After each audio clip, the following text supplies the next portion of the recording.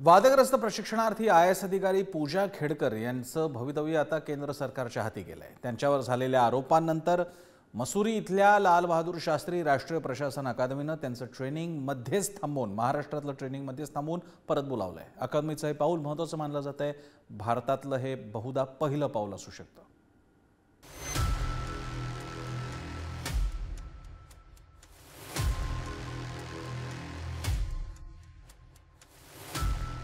वादग्रस्त trainee IAS अधिकारी पूजा खेडकरांचं countdown अखेर सुरू झालंय, कारण त्यांचा महाराष्ट्रातील प्रशिक्षण कालावधी स्थगित करण्यात आलाय।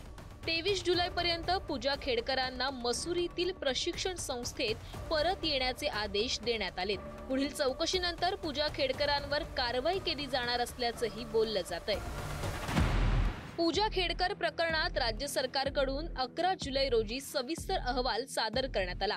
राज्य सरकारच्या अहवालानंतर पूजा खेडकरांचा प्रशिक्षणाचा कालावधी संपुष्टात आलाय। 23 जुलैपूर्वी मसुरीतील लाल बहादूर शास्त्री राष्ट्रीय अकादमीत हजर राहण्याचेही आदेश देण्यात आलेत। पूजा खेडकरांवरील आरोपांवर त्यांचं म्हणणं ऐकून घेतलं जाणार आहे। चौकशीनंतर पूजा खेडकरांवर UPSC कडून कारवाई होण्याचीही शक्यता आहे।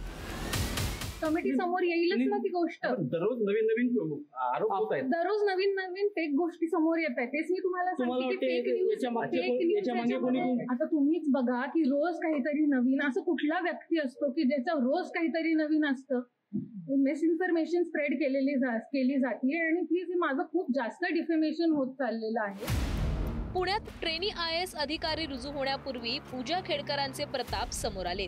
खासगी गाडीवर लाल दिवा लावणं, स्वतंत्र केबिनसाठी आग्रह धरणं यामुळे त्या चर्चेत आल्यात। त्यानंतर पूजा खेडकरांच्या शारीरिक अपंगत्व, OBC प्रमाणपत्राबाबत शंकाही उपस्थित झालेल्या आहेत। IAS मध्ये प्रोबेशनरी अधिकाऱ्यांना नसलेल्या सुविधांची मागणी त्यांनी केली। स्वतंत्र केबिन, कार यासाठी अधिकाऱ्यांवर दबाव टाकल्याचाही त्यांच्यावर आरोप आहे। खासगी ऑडी कारवर लाल निळ्या रंगाचा दिवाही लावला।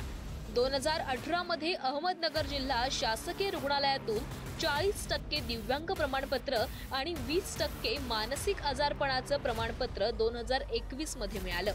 पूजा खेडकरांच्या अपंगत्वाचं प्रमाण 60%, मात्र 51% अपंगत्व असल्याचं प्रमाणपत्र त्यांना देण्यात आलं। वार्षिक उत्पन्न 8 लाखाच्या खाली असल्याचं दाखवून नॉन क्रिमिलियरच्या कॅटेगरीत बसवल्याचाही त्यांच्यावर आरोप आहे। सदर प्रमाणपत्र एक 2018 साली देण्यात आलं होतं, एक 2021 साली देण्यात आलेलं होतं।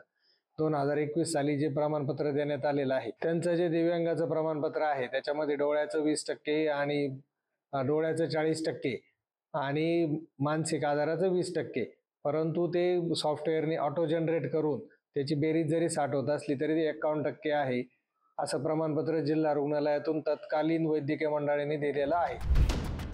पूजा खेडकर हिला पिंपरी चिंचवड महानगरपालिकेच्या यशवंतराव चव्हाण स्मृती रुग्णालयाकडून दिव्यांग प्रमाणपत्र देण्यात आलं होतं।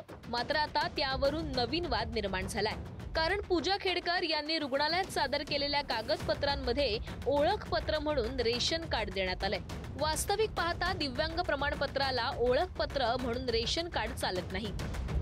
पिंपरी चिंचवडच्या अधिकाऱ्यांनी त्यांना सर्टिफिकेट देताना हे राशन कार्डचा पुरावा हा ग्राह्य धरलेला आहे, जो पूर्णपणे चुकीचा आहे।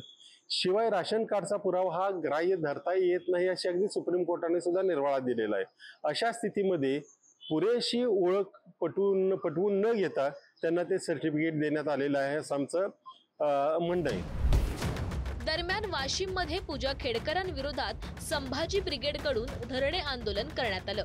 पूजा खेडकर यांच्या सर्व प्रमाणपत्रांची सखोल चौकशी करून त्यांच्यावर बडतर्फीची कारवाई करावी अशी मागणीही करण्यात आली। तर दुसरीकडे OBC संघटनाही आता पूजा खेडकरांच्या समर्थनार्थ पुढे येत आहे। पूजा खेडकरांना विनाकारण त्रास दिला जात असून त्यांना संरक्षण देण्यात यावं यासाठी OBC संघटनांकडून जिल्हाधिकारी यांना निवेदनही देण्यात आलंय। भंडारा त्यांची नियुक्ती झालेली होती पहिल्यांदा, नंतर पुण्यामध्ये आल्या आणि पुण्यामध्ये तसे प्रकार घडल्यानंतर सर्वांना माहिती आहे मीडियामधून, परंतु या ठिकाणी आल्यानंतर वाशिम संभाजी ब्रिगेडच्या वतीने या ठिकाणी आम्ही या ठिकाणी सांगतोय की त्यांना या ठिकाणाहून ताबडतोब बदली झाली पाहिजे। खोटे कागदपत्र दाखवून या ठिकाणी खोटे कागदपत्र दाखवून शासनाची दिशाभूल केली आणि दिशाभूल करून या ठिकाणी फसवणूक केलेली शासनाची। लोकसेवा आयोगाने सुद्धा त्याच्यावर कारवाई केली पाहिजे. जे डॉक्युमेंट चुकीचे असतील ते व्हेरीफाय करून त्यांच्यावर कारवाई केली पाहिजे. आणि मी तर म्हणतो लोकसेवा आयोगाने बडतर्फ केलं पाहिजे. ओबीसी वर्सेस मराठा अशा पद्धतीचा वाद सुरू असताना ओबीसी म्हणून असणाऱ्या ज्या काही IAS ऑफिसर आहेत, कुमारी पूजा खेडकर, यांना एक जाणीवपूर्वक मानसिक त्रास देण्याचा प्रकार सुरू झालेला आहे. आणि म्हणून संपूर्ण जो काही ओबीसी या भारतातील 3743 जातींमध्ये विभागलेला आज महाराष्ट्रात 376 जाती आहेत, त्यापैकी सर्व जाती आज प्रातिनिधिक स्वरूपामध्ये या घटनेचा निषेध करण्यासाठी एकत्र आलेल्या आहेत. आणि त्या पद्धतीने आम्ही आता निवेदन देणार आहोत. प्रशिक्षणार्थी IAS अधिकारी पूजा खेडकर यांची नियुक्ती वादात सापडली आहे. बोगस अपंगत्व प्रमाणपत्र आणि बनावट नॉन क्रिमिलेअर प्रमाणपत्र दिल्याचे आरोप त्यांच्यावर झालेत. केंद्र सरकारने या प्रकरणाची चौकशी करण्यासाठी समितीही नेमली आहे. त्यामुळे पूजा खेडकरांवरील आरोप सिद्ध झाल्यास त्यांची नोकरी जाणार का हे लवकरच स्पष्ट होईल. बालाजी पोद्दारसह देवानंद इंगोले, पुढारी न्यूज.